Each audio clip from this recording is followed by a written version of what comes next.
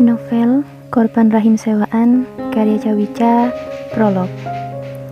Eva adalah gadis berusia 18 tahun berasal dari keluarga sederhana. Ia memiliki mimpi besar, menjadi orang kaya dan hidup serba ada. Daniel Ananta menikahi gadis bernama Arsana Putri Wijaya, putri satu-satunya dari keluarga terpandang di negaranya.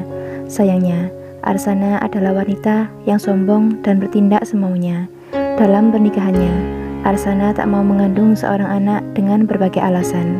Untuk itu, Daniel akan membayar siapa saja yang mau mengandung anaknya dan Arsana dengan imbalan uang 3 miliar setelah anaknya dapat terlahir di dunia. Dengan informasi dan bujukan dari Tony, Eva bersedia menyewakan rahimnya karena terbayang uang yang akan didapatkannya setelah melahirkan bayi Daniel dan Arsana. Mampukah Eva yang masih berusia 18 tahun mengandung seorang bayi dan melahirkannya? Dan konflik apa saja yang ada di dalamnya? Ikuti kisahnya. Episode 1. Pengenalan tokoh. Eva, seorang gadis berusia 18 tahun. Ia bekerja di usia yang masih cukup belia. Eva bahkan sudah mulai menghasilkan uang saat usianya baru menginjak 15 tahun. Ya, dia putus sekolah. Ia hanya tamatan sekolah dasar. Ia tak meneruskan ke jenjang selanjutnya karena faktor biaya. Orang tuanya hanya bekerja sebagai seorang petani di ladang orang. Eva mempunyai 2 orang adik laki-laki. Masing-masing usianya masih 8 tahun dan 2 tahun. Eva sekarang bekerja di kota Jakarta sebagai pegawai di swalayan yang cukup besar di sana. Kedatangannya ke Jakarta adalah karena ia lari dari perjodohan yang akan dilakukan oleh orang tuanya. Eva dipaksa menikah menjadi istri ketiga dari salah satu orang kaya di desanya. Eva memang bermimpi menjadi orang yang kaya dan serba kecukupan, tapi tidak dengan cara menikah dengan Erman, orang kaya yang sombong dan bertubuh gendut. Pak Erman sering membantu warga desa dengan menghutangkan sebagian hartanya, tapi dengan bunga yang cukup tinggi. Kedua istrinya adalah korban dari hutang para orang tuanya yang tak dapat membayar hutang pada Pak Erman, hingga mereka harus merelakan putri mereka menikah dengannya untuk membayar semua hutang mereka. Tapi orang tua Eva tak pernah berhutang padanya. Mereka sangat menghindari hal itu karena berpikir lebih baik mereka tidak makan daripada harus berhutang dan membayar bunga yang besar pada Pak Erman.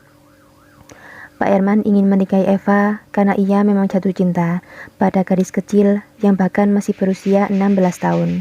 Pak Erman menawarkan berbagai harta, termasuk rumah, mobil, dan ladang untuk kedua orang tuanya kalau mereka mengizinkan Eva menjadi istri ketiganya.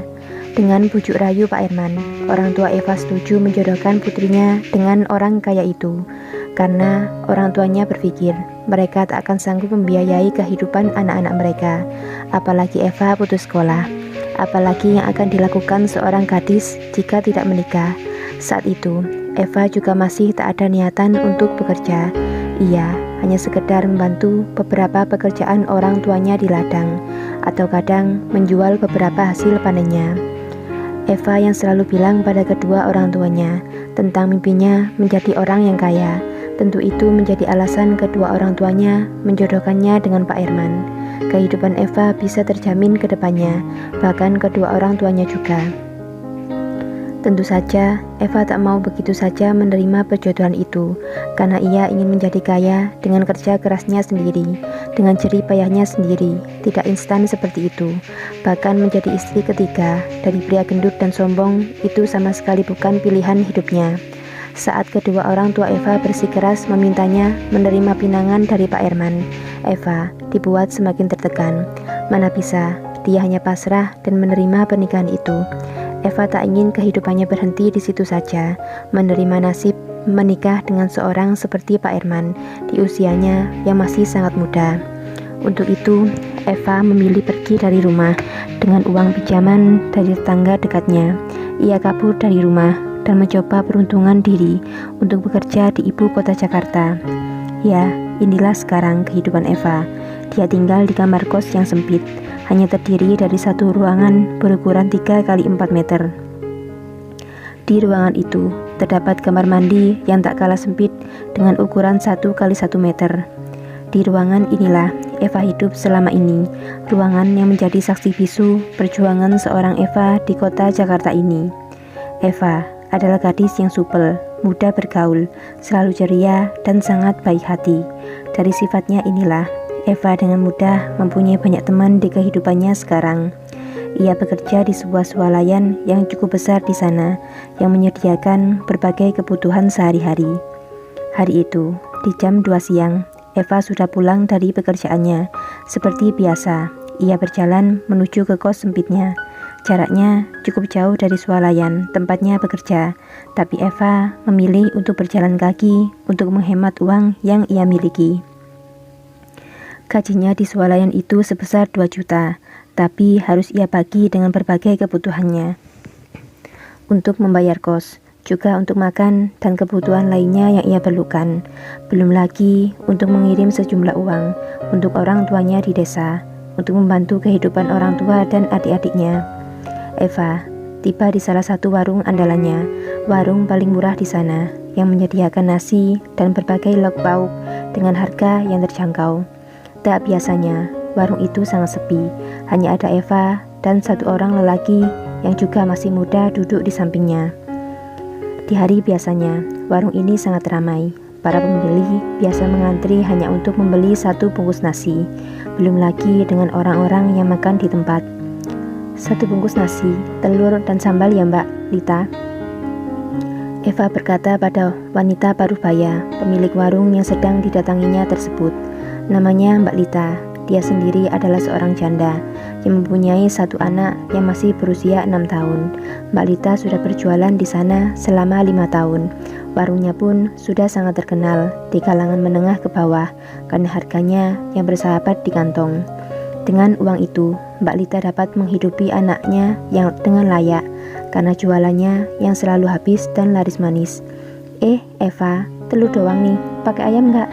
Sapa Lita ramah kepada Eva, yang memang sudah sering membeli di warungnya. Telur aja Mbak, kantong lagi kering. Biasalah, Mbak tanggal tua, kata Eva sambil tertawa ringan. Bayar nanti juga nggak apa-apa kok, Eva, santai aja sama aku. Aduh Mbak, gak deh, nanti keterusan lagi. Iya deh, tunggu sebentar ya. Lita segera menyiapkan pesanan Eva, sementara Eva sendiri sedang bermain dengan ponselnya.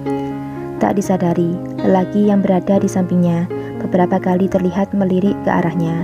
Lelaki itu sedang memakan 1 porsi nasi ayam di hadapannya. Penampilan bajunya terlihat lusuh dengan banyak debu, cipratan cairan semen, dan cat yang terlihat di sana-sini. Kulitnya sedikit coklat, dengan wajah yang letih dan keringat yang belum mengering, terlihat di bagian wajah dan lehernya. Tony namanya. Dia adalah seorang pekerja bangunan yang sedang membangun proyek perhotelan tak jauh dari warung Mbak Lita. Tony juga sering makan di sana, malah hampir setiap hari. Tony mampir ke sana untuk mengisi kekosongan perutnya. Tony hidup seorang diri. Dia juga tinggal tak jauh dari proyeknya, tinggal 1 kos dengan temannya yang sama-sama pekerja proyek. Kedua orang tua Tony sendiri sudah lama tiada. Dia mulai kecil sudah tinggal di panti asuhan karena tak ada sanak saudara yang mau mengasuhnya setelah kedua orang tuanya meninggal karena kecelakaan motor. Tony masih ingat betul, saat itu usianya masih 5 tahun dan dia sudah harus berada di panti asuhan tanpa ada orang tua sambung yang bersedia mengadopsinya sampai usianya menginjak 17 tahun. Akhirnya Tony keluar dari panti asuhan dan mencari pekerjaan untuk menyambung kehidupannya sendiri di pusat kota Jakarta ini. Bersambung.